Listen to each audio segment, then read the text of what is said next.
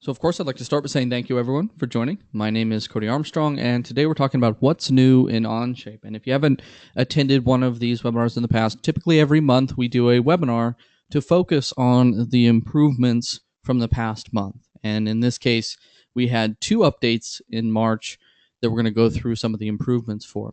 So we're going to focus on some of the new functionality that's been added to Onshape just in the last month. So the last two updates. As I always say with these webinars, we really encourage you to ask any questions that you'd like. There's a questions dialog in the GoToWebinar control panel. Feel free to ask any question, and I'll do my best to stop and address the questions as we go through the webinar today. It's going to be a short one. We're going to focus solely on these new features that were added in this latest release, and we're going to get through them pretty quickly. So again, feel free to ask any questions that you'd like.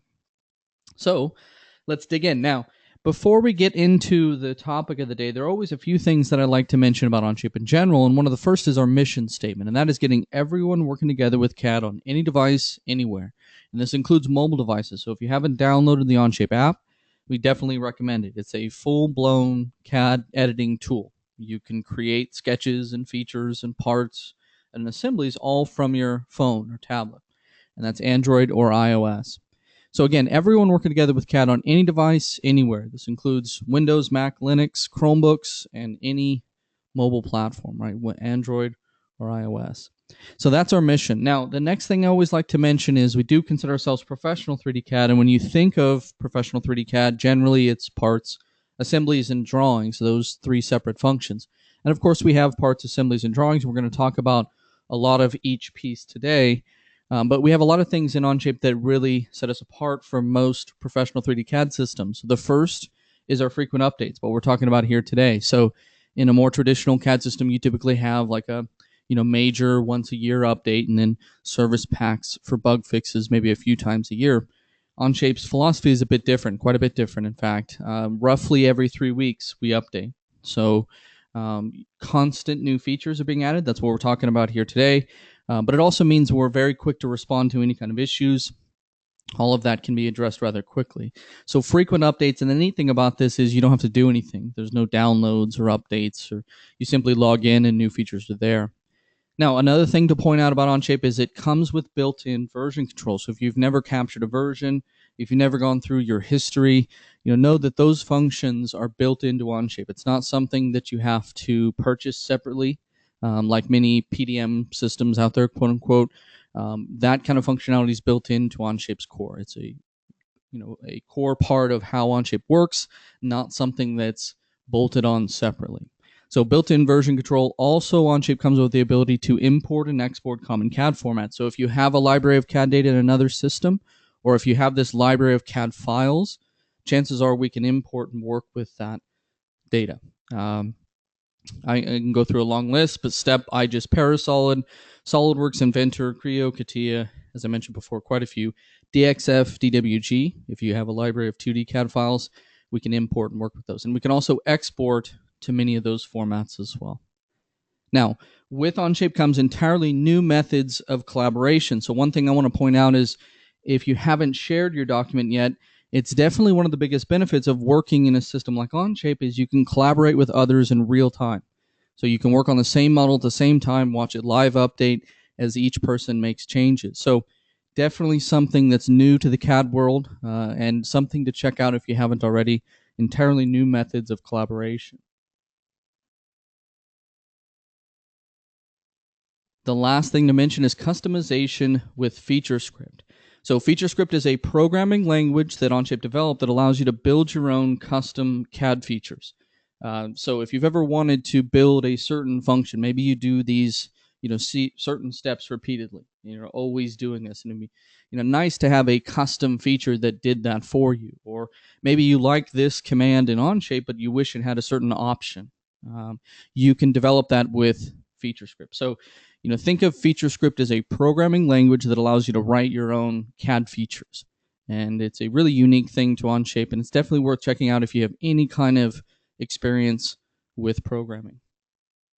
All right, so let's get into today's topic, and that is, of course, the update. So if you're not familiar with Onshape's update process, roughly every 3 weeks, we import we update. So just keep in mind, roughly every 3 weeks, you're going to see new features being added to Onshape. And that's one of the reasons we have this webinar, is really to try and keep everyone in tune with what's going on in the latest updates, just because it happens so often. Some things I want to point out: the updates are automatic and transparent. What that means is your data is updated automatically, and the update process itself is transparent. Meaning, worst thing that you would have to do in an update is refresh your browser, right, or log in. So there's no downloads or installs or updates or any of those types of things. Everything's automatic and transparent. It also means that everyone's always on the latest version. So we never have, this is 2016, I'm on 2015, or this is 2017, I'm on 2016. You never have those kinds of version discrepancies. Everyone's always on the latest version in Onshape. Now, of course, what we're talking about today, the updates include new functionality. So it's not just bug fixes, but new functionality as well. So and that's what we're going to talk about today. What is some of that new functionality that's been added in the last month or so? All right.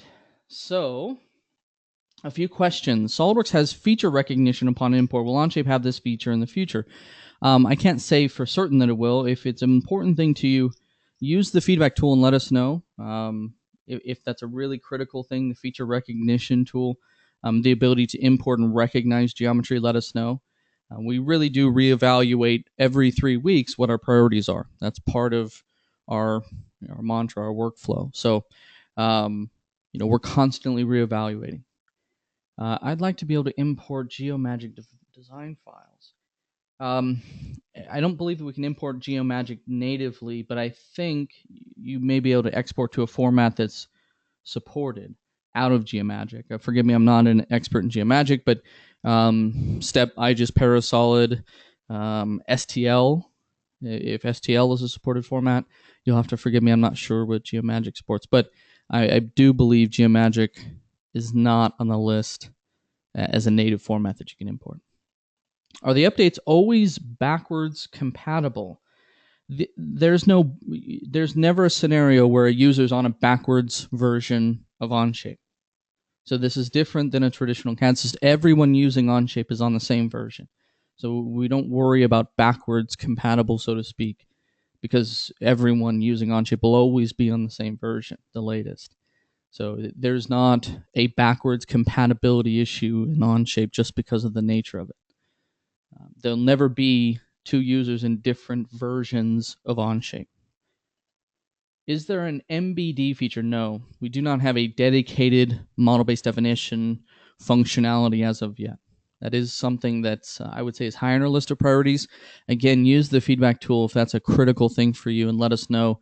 We can make sure to add you to a list.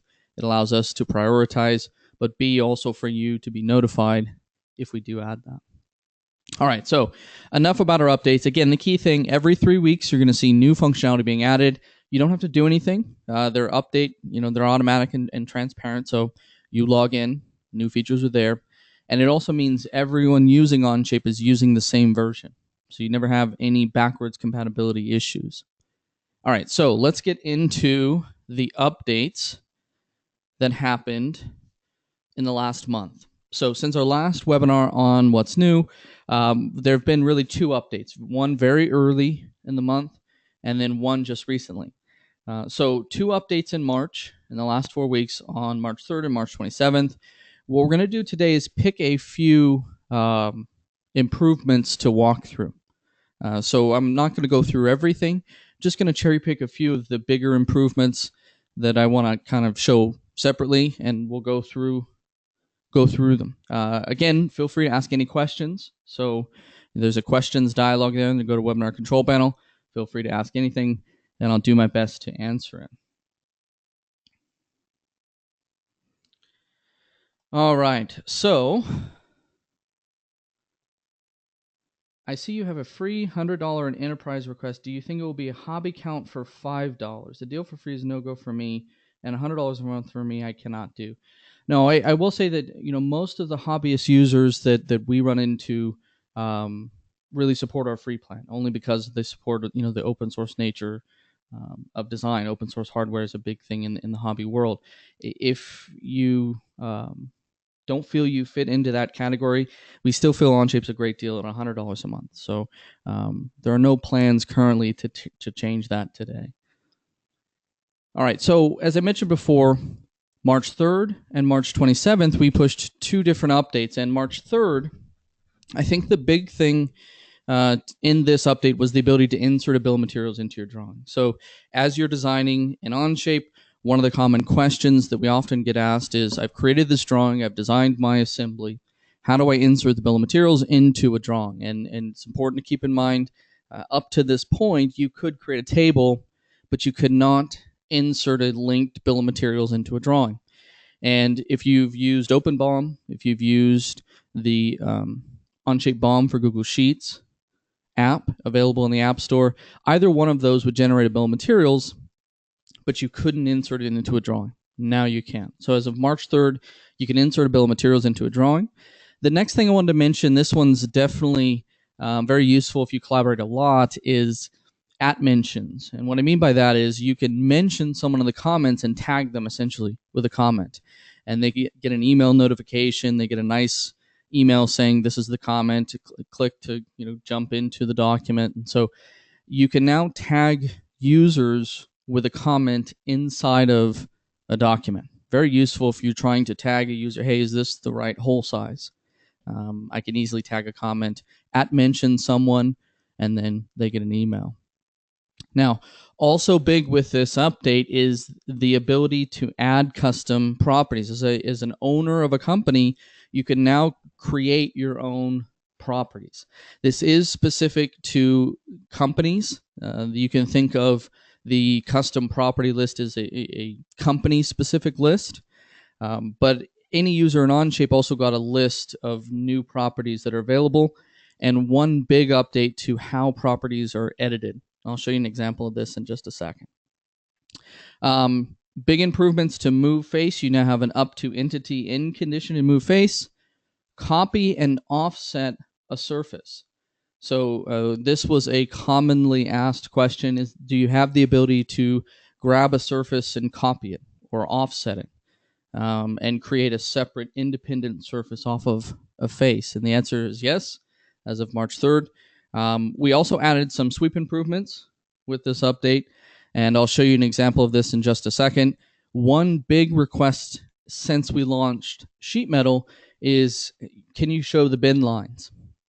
As of this update, we added that. So you'll see the bin lines in sheet metal parts. You also see them when you drop the flat pattern into a drawing. So bin lines in sheet metal are now there. Also, one big one with this update is the ability to insert part or assembly properties into the drawing, link them, so to speak, into the drawing. This is another thing that a lot of users have requested. I'm filling out my title block and I want this particular part of the block tied to the part number, or I want this particular part of the title block tied to the description. Now you can do that. You'll see an option. I'll go through this in a second. So definitely a big update. If I had to name one big improvement, it's definitely the ability to insert the bill of materials into a drawing. That's something that almost everyone has requested at some point, but there are a lot of little things as well. So let's get into it.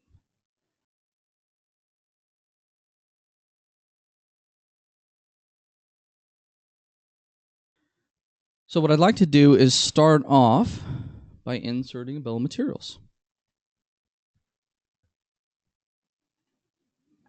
All right, so what I'd like to do is walk you through inserting a bill of materials. Now, the key thing to keep in mind is, of course, the ability to insert a bill of materials is assuming that you've created a bill of materials. So again, think of the bill of materials in Onshape as a tab in the document, a living thing, so to speak. And in this example, I've used OpenBOM, but you can also use the Onshape BOM for Google Sheets app. So if you're not familiar with it, let me jump into the App Store real quickly here. Under Data Management, we have Onshape BOM for Google Sheets, and we have OpenBOM. Two very good bill of materials apps that allow you to create bill of materials, edit your bill of materials, do any of the kind of manipulation that you may want. And once you're satisfied with the bill of materials, you can then insert it into your drawing. Now, this is OpenBOM, and OpenBOM is an integrated app inside of Onshape. So this is just a tab inside of my document called BOM.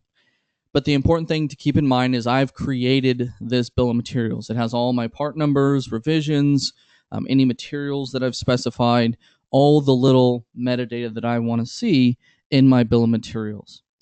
Now, one big tip that if you're using OpenBOM is you don't have to insert everything that you see here. In the gear menu here, you have an option to choose what you want to insert into your drawing. So this is just an aside, a tip for OpenBOM users. But if you want to insert your bill of materials, let's say that you've created your bill of materials using OpenBOM, or you've created your bill of materials using the Onshape BOM for Google Sheets app, how do you go about inserting that into the drawing? There's a new icon for it. So in the far right of your drawing toolbar, you'll see an icon that says Insert BOM. Right? So I select Insert BOM. I choose what I want to insert. Now, there's two options, BOM apps and BOM data. If you're using a connected cloud app like Onshape BOM for Google Sheets, what will happen is it will import a tab with all of your BOM data, and you would choose BOM data. So if you're using Onshape BOM for Google Sheets or any connected cloud app that comes in the future, BOM data will be the option you choose. If you're using something that's integrated like OpenBOM, like I'm using here, you'll see BOM apps, right? And you can see the bill of materials listed here. That's really all there is to it. You select the bill of materials and you left click to place the bill of materials. Now, I'm not going to get into too great details. I know there's I could spend a whole hour on the topic of bill of materials alone, even more. We have done a separate dedicated webinar to this topic. So if you'd like to check it out, check out our YouTube channel. There's a playlist of past webinars. In it, you'll find a webinar dedicated to the topic of inserting bill of materials and manipulation and so on. So that was one big thing that was added with this update, just the ability to insert the bill of materials from whatever you may be using, OpenBOM or Onshape BOM for Google Sheets. Now, the question naturally is it linked? Yes. If you were to change a property, if you were to change anything in the bill of materials, you would see the ability to update. So very similar to if you were changing a dimension, you wanted a drawing view to update. You would just click update, and the bill of materials would update. So it is linked, quote unquote. So that is the ability to insert a bill of materials that's linked. You can use OpenBOM or Onshape BOM for Google Sheets. Definitely check those apps out. They allow you to create your bill of materials. And again, they're very customizable. So you can, insert items. You can do all kinds of things with your bill of materials. And then once you're satisfied with it, then you can insert. All right, so I see a few questions. How do you handle hackers, trolls, spammers, bad members? His main goal is to break, delete data for others. In general, how do we handle any bad person trying to handle, our system? Is we have a team of individuals dedicated to that. So if you're not familiar with it, I definitely would do a search on Onshape Security. We've done blog posts and things on it in the past. We have a team of individuals whose sole purpose it is to protect Onshape. So we even have scenarios of, actual outside sources that try to test our systems and test a shadow copy of our system to see are there any kind of vulnerabilities in it. So it is something that we spend a lot of time on. I'm not going to get into too great a detail on security in this webinar. Definitely do a search. We've covered blog posts and things like that. Even had a webinar, in fact, with our head of security. So, all right. So next question: can I insert the BOM linking to the number on the drawing? If you're referring to the balloon referencing the number in the drawing. If you're referring to the balloons, no, not yet. That is something we're working on, though. Right now, when you insert a balloon, it is not linked to the BOM. You would need to manually line those up. But that is something that we're working on. Question: is there a way to reduce line thickness in drawings? That's a good question. I think it's dependent on the template that you choose, but to be honest, I'm not 100% certain. And the templates are DWT files that we import, but it's not a setting line thickness that I can control. I'm fairly certain of that.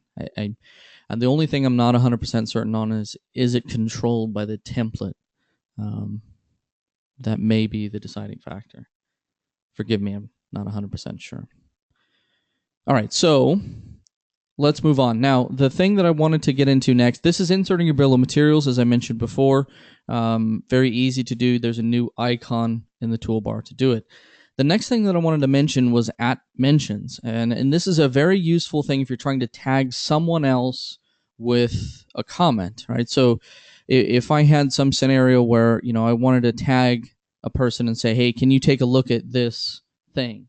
Can you take a look at this feature or this radius or something along those lines?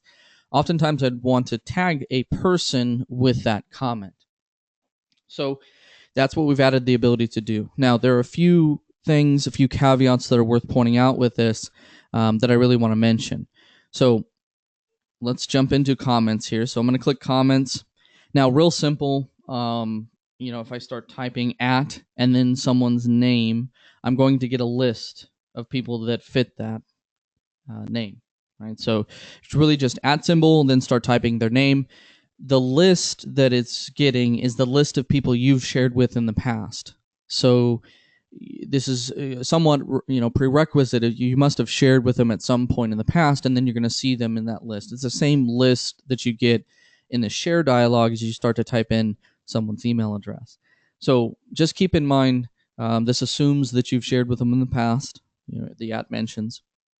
The second thing to keep in mind is this also assumes that the person that you're sharing this with has the permission to see the comments, view the document even. If they don't, you'll get a dialog that tells you that. So just keep in mind, let's say that I were to share this with this user, right? Right. If I click add, I don't believe I'm shared in this I am shared in this document, so forgive me, bad example. But if you're not shared in on the document, what you'll get is a dialog that says, hey, this person is not shared in the document. Would you like to share the document with them? That's essentially all it's asking. And what it will do is it will give them view only and share permission, view only and comment permission. So you're sharing with them, but view only and comment. So those are really the key things to keep in mind. It assumes that you've shared with them in the past. If you haven't, you'll need to share the document once, and then they'll be added to that list. You can tag them with a comment, and then just share view only and comment if you want them to be able to reply to your comments. So again, real simple. Just use the @mention when typing in a comment. All right, so let's move on. Now, the next thing that I wanted to get into was the custom properties that have been added in this latest update. Now, this is something that impacts everyone. You now have additional properties to choose from, and more importantly, of course, you can insert these properties linked into your drawing, and I think that's what a lot of users have requested. I'll go over that in just a second. But let's discuss the custom properties first. If you've never used workspace properties in the past, you'll find them in the document menu in the top left here. You'll see workspace properties. Now, this is going to look a bit different. So if you do have experience with the past dialog to insert, this is going to look a bit different, but it has one huge advantage in that you can apply properties to multiple parts at once. And that was a big limitation in the past. So now I'm in my workspace properties. If I expand out my main workspace, you can see all of my part studios, all of my parts within the part studios. So I can really dig down into assemblies, part studios, parts within a part studio, and apply individual properties to each. If I select them from the list, you'll see all the properties that are available. Now, these are default properties. So name, description, part number, revision, state, which state, by the way, can only be changed in a version, not in a workspace. But also vendor, project, product line, title 1, 2, and 3. So these are all standard properties. Now, in this case, I've actually added a few, but everyone has title 1, 2, and 3, for example. So just keep in mind the default properties, there was only a few in the past, have been expanded as well. So you can add any property that you want to any part, assembly, drawing, tab that you want in Onshape. But one thing that was commonly requested and was a big limitation in the past is, let's say that I wanted to assign 3 or 4 parts with the same description, or I want to give them all the same revision, or change the state on 10 parts at once. That was something you had to do one at a time in the past. Now I can do something like shift select a whole bunch of parts and set them to revision A, right, or B. So just keep in mind, as you're doing this, you can shift select, you can control select, all the same things you might do in a Windows, folder, for example, or anything you do just to select a series of things. And then you can apply a revision to them, or you can change the state, or, anything that you'd like. So again, one big improvement with this new properties update is just the ability to assign multiple multiple properties at once, right, to multiple parts or assemblies, whatever it may be. Question: what if I want to at comment a bunch of people? Do I have to at comment each of them? Yes. If I have a wheel on an axle, the wheel is machined in a channel that has a shape of a J. Can this be simulated? I'm not sure I understand by simulated. If you're just referring to the assembly motion, sure. I'm not 100% certain on the scenario you're proposing here, but you can simulate the motion of a design in Onshape. If you're referring to by simulated, something like a finite element analysis or a structural analysis, fluid dynamics, or something like that, you would need to use an app in the App Store to accomplish that. Question: what does the triangle mean after doing that? The yellow triangle. So a good thing to keep in mind with this is that, although I may have changed the revision here to B, I haven't applied these properties yet. So if I wanted to apply them, I would need to click apply. Just keep in mind, you'll see these triangles indicating what has changed. The reason they're there is if you collapse out of this, if I go into another workspace, it's not immediately obvious what it is that I changed. So the yellow triangles are just that visual cue that this is where in that nest, so to speak, that you've changed properties. But just keep in mind, nothing is officially changed until you click apply. Now, the question I often get asked is, what's the difference between apply and save? Apply is useful if I, let's say that I want to change these 4 parts and then I want to go on to change some other properties. I would click apply. It's going to save those changes, but then it leaves everything up so that I can continue making my changes, right? So just keep in mind, if you want to save it, you can click save and that will close the dialog, right? The triangle does not remain there forever.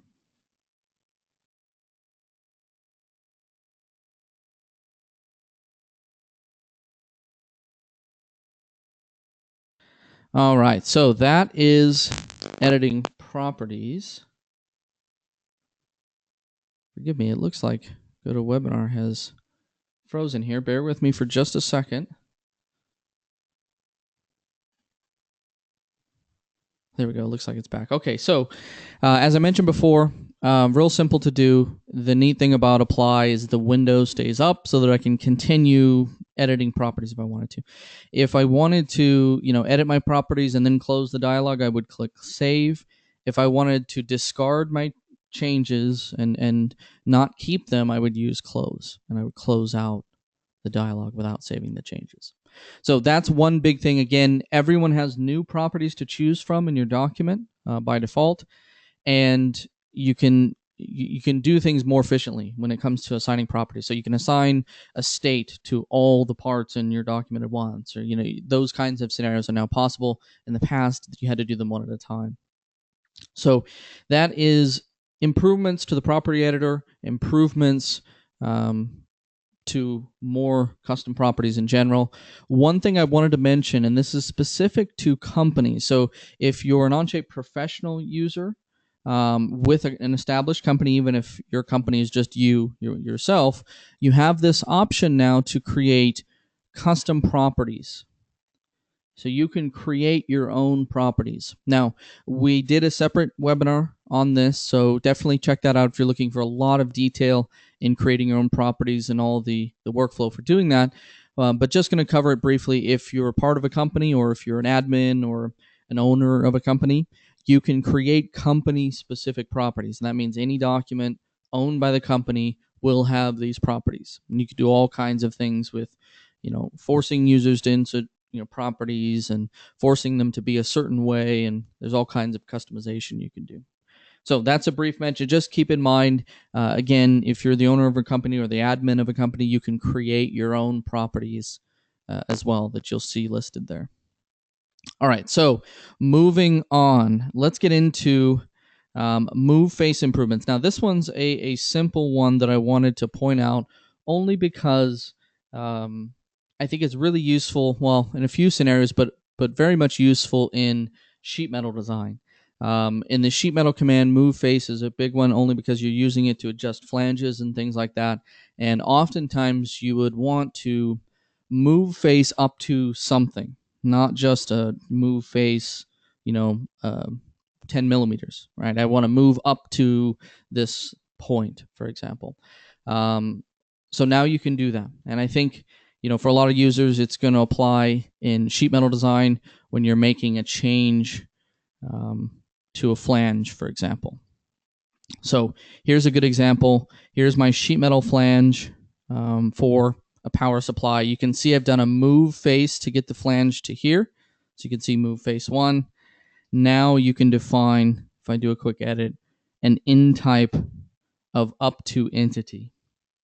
Right? So just keep in mind the move face command, you can specify up to entity and click on a point or some kind of a reference for your move face. Right? So that's the new option. Under in type, you'll see up to entity, and you can do a reference to some of the geometry. All right, so moving on. Now, the next example that I wanted to mention was copy and offset a surface. And this is one that's been requested for a long time by a lot of users.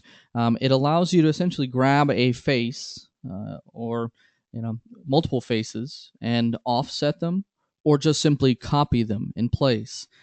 This is something that, if you do a lot of surface modeling, is a heavily requested feature, especially when you're creating more complex lofts and things like that between faces. So an example of this would be something like this mouse, where I wanted to offset all of these faces and then maybe create a loft around them or try and shape it in a certain way. And what you'll find is the move face command in the toolbar now has an option to create. Right? So this is an option within the move face command. You'll see an option to create, and then you just simply click on the face that you want to offset. Right? So we can click on a few faces. Now, as I mentioned before, you can treat this as just a copy, right, with an offset distance of 0, or you can do a true offset. Right? I can establish 5 millimeter offset, and you can see I'm now offsetting all 4 of those faces 5 millimeters. Right? Again, useful if you're trying to create certain types of shapes, lofts, and things like that, where you're trying to create gradual transition between profiles. So move face and the option to create allows you to create new faces. If anything, just to offset an existing face or just copy a face in place and start building off of it. So just keep it in mind. Again, the key thing I always like to stress is this is part of the move face command. It's within the move face command. It's this option to create. All right. All right, so move on. Just as we can now change properties for more than one part simultaneously, could we have the same change part numbers in the Parse Studio several at a time, please?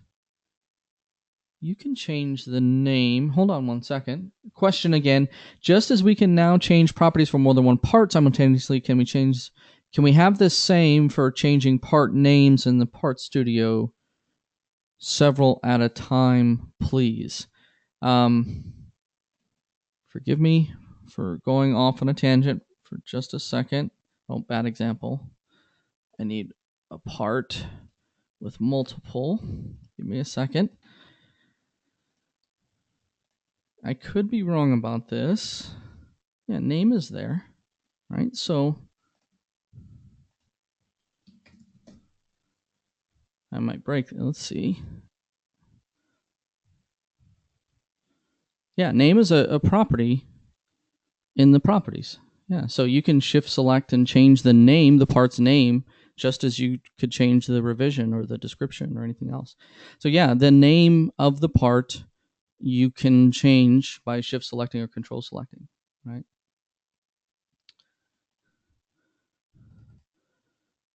Okay, so that is, again, just keep in mind the question there, can I change the name of parts automatically? Yes, you can do that the same way you would change the revision or the description or just about anything else, but the name is a property there.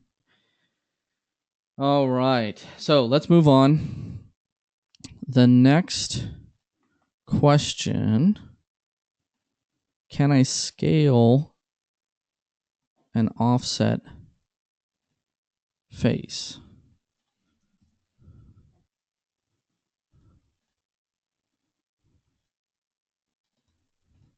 Give me just a second. So quick question, can I scale an offset face? Yes. No different than any other face or surface, I should say. At the bottom of most dialogues, it looks like what is a slider button. What is that? Okay, so good question. So the question, again, just to repeat it, is at the bottom of most dialogues, it looks like there is a slider button. This is a dynamic preview.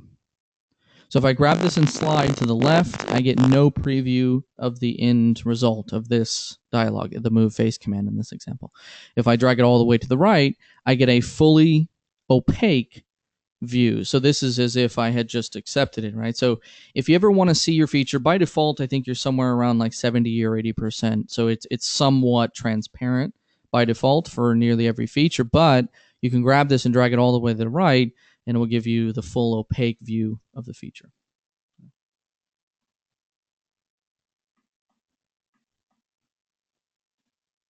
Sorry, presentation froze there. One more time. In just about any dialogue, you're going to see a slider here at the bottom left corner. This will give you the preview of this feature. And I think somewhere by default it's right about here. And that means it's going to give somewhat transparent view of the finished feature. It isn't, of course, until you accept it that you really see it. But if you wanted to see the finished result in a fully opaque view, grab this and drag it all the way to the right. Right. So it's essentially just a slider that changes the transparency level of that feature. If you want it to look real, or as it's going to look when it's finished, drag it all the way to the right. All right, so moving on. That is the copy or offset. Again, it's within the move face command. Select create, and then you can do, if you wanted a copy, just set your distance to 0. Right? If you wanted an offset, just enter an offset value. All right, so moving on, let's get into the next example here. Sweep improvements. Now, this one is one that you'll notice if you do a lot of the sweep command, particularly because in many scenarios you would have to insert a plane in a certain position to get the sweep to behave correctly. And I think in many situations that prerequisite has been removed. Let me give you an example of what I mean. Let's say that it wanted to sweep a U-bolt. In a traditional U-bolt, you would have your profile and you have your path, right, which is a U shape. So I have a circle sweeping along a U shape. Now, this is a simple example, and I know the rule that the profile must be at the end of my path, and that's kind of an established rule of the sweep command. Make sure that your profile is at the end of your path. That limitation is largely lifted now, and what I mean by that is, this is the more traditional. This is the way that it's been recommended to everyone up to this point. But you can do something like this now, where my profile is in the center of my path, right? This is really useful in scenarios where I want to sweep along an existing edge, for example. I don't necessarily want to insert a plane at the end of the edge and then sweep along that. I just want to pick some point along the edge and sketch my profile. That's where this is going to be really, really useful. You don't have to do that step of inserting the plane normal to the end of the curve of an edge, for example, and then working off of that. So let me show you what I mean. Now, if you had tried this in the past, you can get some really funny behavior. It's just the nature of the sweep command. And now when you do this, you can choose your sweep path in really any order that you want. All right, so I don't have to be particular about left to right, right to left, or selecting it and forgetting an arc or something like that. I can go in and choose in any order I want. I don't have to worry about it misinterpreting this, going around one way. So if you ever had a scenario where your sweep just acts really strange and all of a sudden you select it in a certain order and everything works fine, you should never see that again. You shouldn't have that issue. And you should also never have to worry about, is my sweep profile on the end of the path? Is it attached at the end of the path? As long as it's attached, it doesn't necessarily need to be at the end. And I think that's the big thing. You still need a Pierce or coincident constraint to attaching your profile to your path, but it can be anywhere along that path. All right, so that's a small but definitely useful improvement to the sweep command. Let's move on to the next one, and that is bin lines in sheet metal. This one's real simple to show. In your sheet metal flat view, and of course in the drawing, you are going to see bin lines. More importantly, in the drawing, you're going to want to see bin lines, and you can, of course, dimension to those bin lines in the drawing as well. But you will see bin lines in the flat view, and you will see them when the flat view is inserted into a drawing view. Question: can I use a 3D spline as a path for a sweep command? Yes. Now, we don't have a dedicated 3D spline command in Onshape today, so creating the 3D spline is going to be a different story.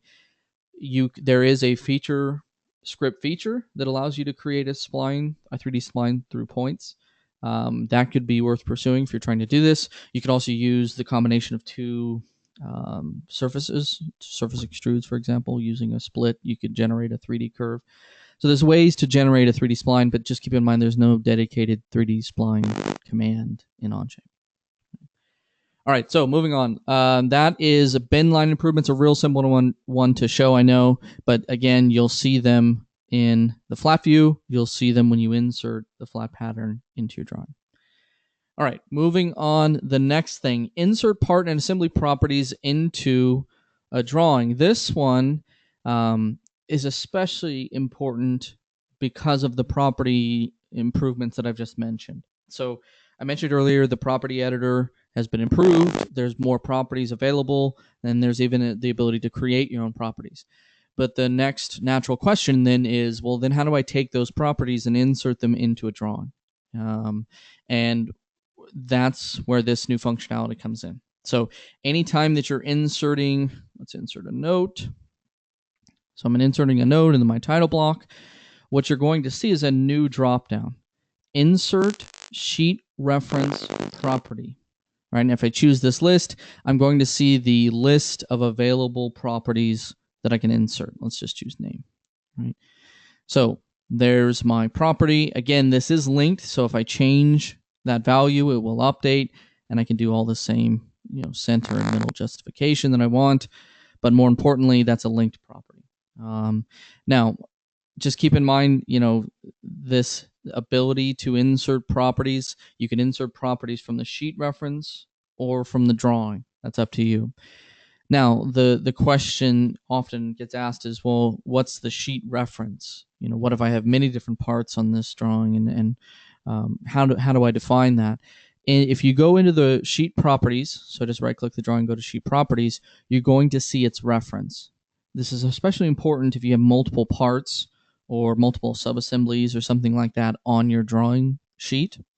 You're going to have an option for multiple things, and this is essentially the thing that it's pulling from to grab all those properties. This is where it's looking, so to speak, right? So just keep in mind there's a new concept of a sheet reference in drawings. It's by default, the first thing that you insert into the drawing, that's your reference. So if I insert an assembly into my drawing, the first view, that assembly becomes my reference. If I insert more than one, then I need to go in and change it if I want to. So just keep that in mind. There's a new sheet reference drop down when you right click and go to the sheet properties. Question: can you recommend a fast way to search for FeatureScript features to find things like 3D spline? Yes. In fact, there's two things that I would recommend. First things, what I would recommend, if you just want to insert, not necessarily look and see what they do, you have a few options. You can go to the FeatureScript page. Let's do this. So onshape.com/FeatureScript. This is a list, a kind of curated list of examples of FeatureScript, but there's a lot of them here. So fit spline, port features. This is for those that create weldments. It's called beams. Airfoil features, wiring features. If you click more, there's a lot more. So there's quite a few FeatureScript features here that are worth checking out. Many of these are open source, so if you want to take the source code and modify them, you can, and you can add them to your toolbar. If you left click on one of them, it will load and take you to that document where you can add it to your toolbar. So that's the first way. Go to onshape.com/FeatureScript, click on the one that you want. That will take you to the document, and if you want to add it to your toolbar, you can click here. So that's the first thing that I'd recommend. The second thing is in the far right, you should have an icon that says Add Custom Features. If you click this, there's a special list of FeatureScript samples.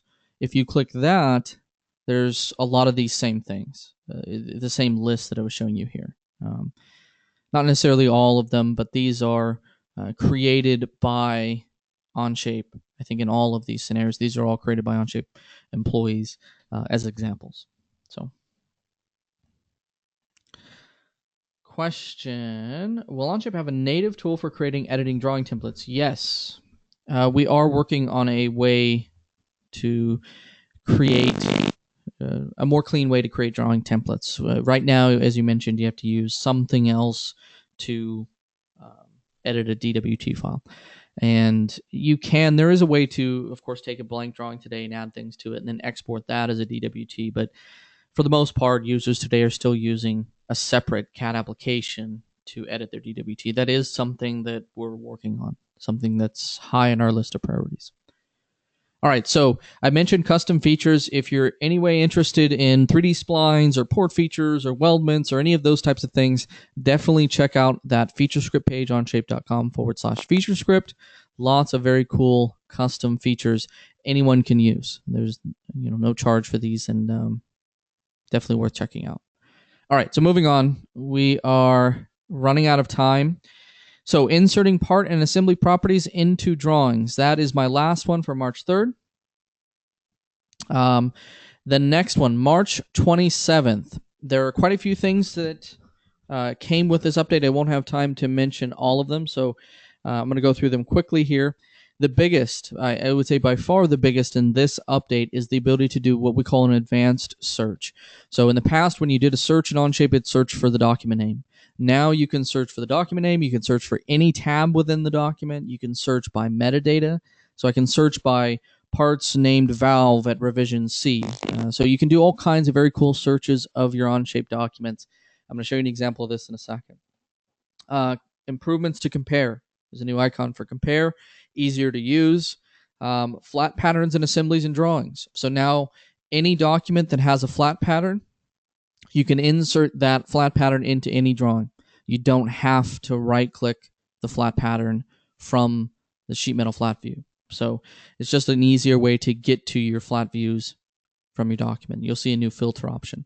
The bill of materials table I was showing you earlier, you can now unlink it, break the link to the bill of materials app, and then insert anything that you want into it. So it becomes just a table at that point. We also added the ability to add surface finish symbols and drawings, and an improvement to projected views. Now, when you insert your first view, it will automatically take you into projected view, where you can insert projected views off of that first view. Another improvement is virtual sharp edge improvements, edge extension options, and so on. And then with this update came a lot of performance improvements, just general performance improvements, things like rebuild times and open times and things like that. We've really tried to optimize. So that's a short list of what was there. I know that we only have a few minutes left, so I'm going to have to pick a few that I think are most important. And of course, the biggest, I think, with this update is just the ability to do what we call an advanced search. So in the past, as I mentioned, if you did a search here, you're only searching by the document name. So we weren't able to search by the part studio or a tab within a document or the description or any of those types of things that a lot of users have asked for. So with this most recent update, we added that ability. And if you look closely in the search dialog in the documents page, you'll see a little arrow on the far right. If I left click this, that's how you launch advanced search. And essentially, you can think of this as like a way of filtering your search. So by default, if I search, just generally, I'm going to search everything: tabs, document names, everything. But I can specify, okay, let's search by parts, right? Named valve with the, revision C, right? So I can really get specific. Now I don't have to. I can say just give me any part with valve in the name, right? From any state.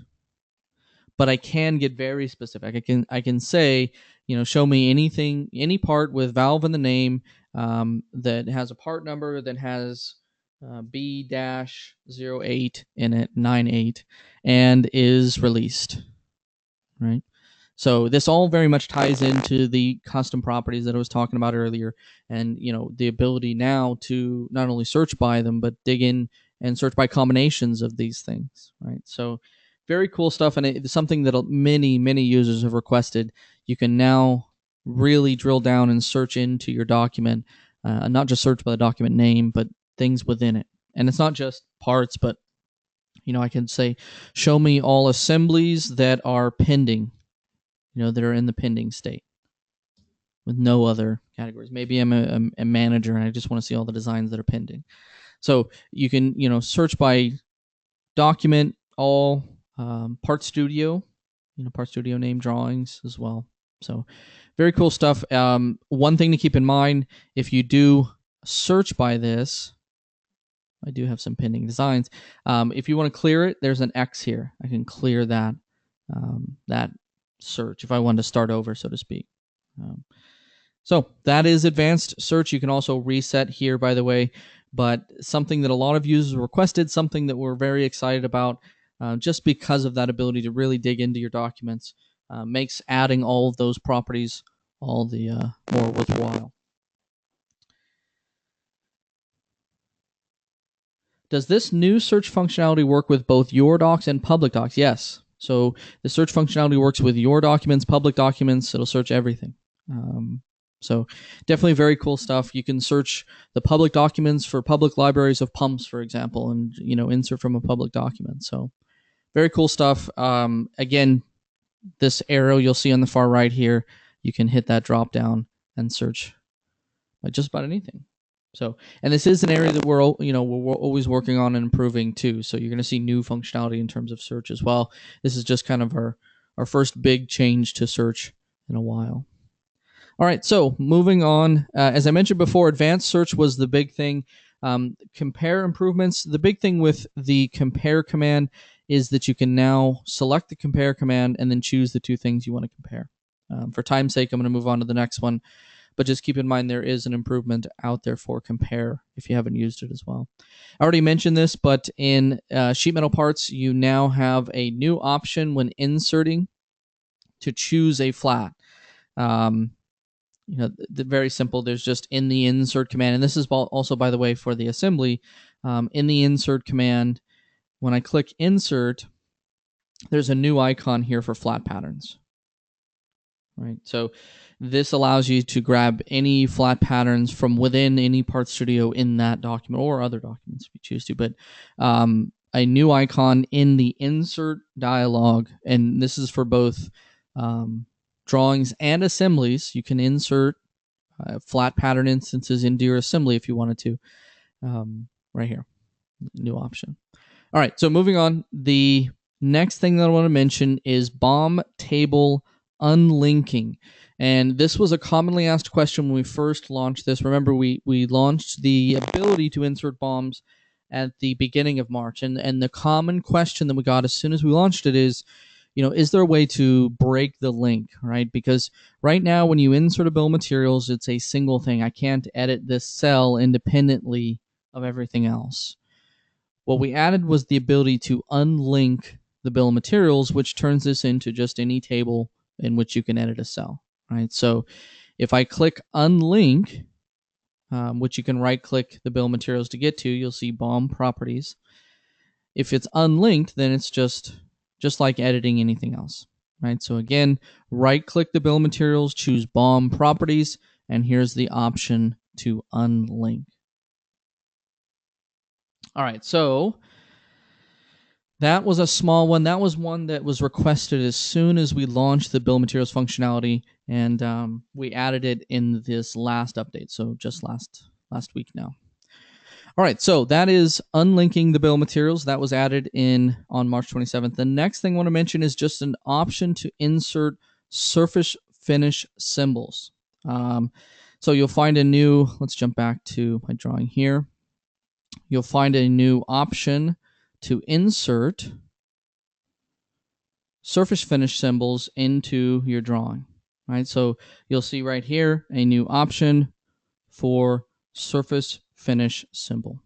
It's very much like building a tolerance, geometric tolerance. For example, you have a few different options. You can set, I want 16 micron finish, and I want to be perpendicular lay. You have all the options to build your symbol, and then it's just a matter of attaching it to the edge with that surface finish requirement. You do have an all-around option, so if you want to check all around, you can. But real simple, very similar to placing a note once you've built it. So you click the surface finish symbol, build your surface finish symbol, and then left-click to place it. Right. One thing I always want to point out is you can move the finish symbol off of the edge if you needed to, if you need the room. Just grab the dot and drag it, and you'll see an arrow appear with a leader. But that is the surface finish symbol. You'll see it in the drawing toolbar, new icon in the drawing toolbar. Moving on, let's get into the next one, and that is projected view improvements. Now, this one, very simple. When you insert your first view into your drawing, you will automatically be taken into the projected view command. And it just saves you the step of having to go up and click the button, but most users today, when they insert a first view, the next thing that they do is then insert a projected view off of that first view. So if you're a big fan of that workflow and you're constantly inserting a view, then going to the projected view command, just realize we saved you that step. Now when you insert that first view, it automatically takes you into projected view, and you just left click and start placing views. So just keep in mind, a small one, if you don't care for that, all you have to use is the escape key to get out of the command. So just keep in mind, if you don't care for that workflow, you will have to hit that escape key. But it is by default, I think, what most users are doing. Virtual Sharp Edge Extension option. So in the case of Virtual Sharps, there's now an option. Let's see if I can show you this here. To define Virtual Sharps by center mark or edge extension. Another commonly asked question. We announced Virtual Sharps in the past update. Now we added this option for center mark or edge extension. Okay. And just a tip for those that aren't familiar with it, the Virtual Sharp command, you can find it right here in the toolbar. All right, so that is what I had. As I mentioned before, there were a lot of performance improvements with this update. There are way too many performance improvements to list, and they're all in different areas of Onshape, whether it be regenerating views or inserting drawing views or rebuild time. We're constantly working on improving the performance of Onshape, and this update in particular had a lot of performance improvements in it. So way too many to mention, but hopefully you'll notice a little bit faster rebuilds and things like that in Onshape.